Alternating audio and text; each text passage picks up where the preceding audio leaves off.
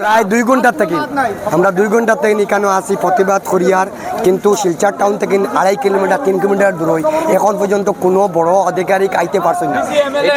এটা হইল শিলচরের মেইন রুট, কিন্তু তার কোনো দায়িত্ব নাই।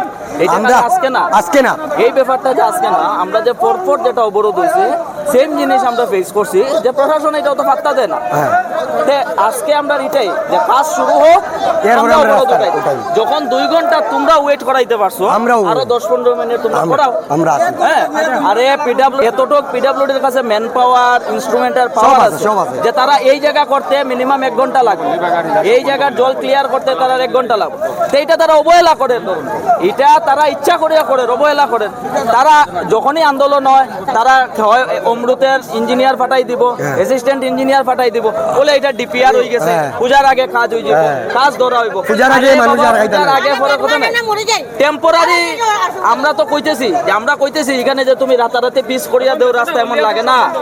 হ্যাঁ, যত যে রাতারাতি আমরা পিস লাগে না, আমরা কিটা কইছি, আমরা টেম্পোরারি সোলার মতো যে ড্রেন ক্লিয়ার করিয়া যাতে এখানে জল না জমে, এই জায়গার মধ্যে আজকে ভাঙ্গা পাথর হোক, যেগুলা তারা পিডব্লিউডি সিস্টেমে আছে, এগুলা পাথর উত্তর দিয়ে ফিল আপ করিয়া দেও, ফিল আপ করিয়া দিলে তো আমরা রাস্তাটা শেষ। টেম্পোরারি করিয়া দিব, বড় গাড়ি আইব শেষ। কেনে পার্মানেন্ট রাতারাতি পার্মানেন্ট হইতো না, বর্ষার দিন রাতারাতি পার্মানেন্ট হইতো না। আমরা তো অতটুকু আমাদের জ্ঞান আছে। হ্যাঁ, আজকে যদি ড্রেন কাটিয়া দিয়া যদি কাজটা ঠিক করে করিয়া দে, আশা করি এই কাজটা চলবো। ঠিক আছে,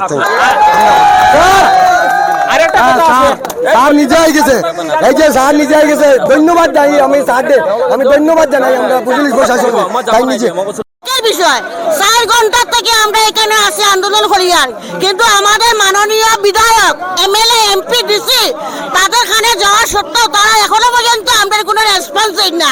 দুঃখের বিষয় এটাই, আজকে আমরা যে জনসাধারণ লাগে যে এই রাস্তা অবরোধ করছি, রাস্তা ঠিক করা লাগিয়া আমাদের এমপি মহাশয়, এমএলএ, ডিসি মহোদয়া কোনো ইয়ে নাই। এমনকি 500 রাষ্ট্র বাংলাদেশের লোকের তারা যেরকম দেখার বাংলাদেশ সুরক্ষিত করার লাগে তারা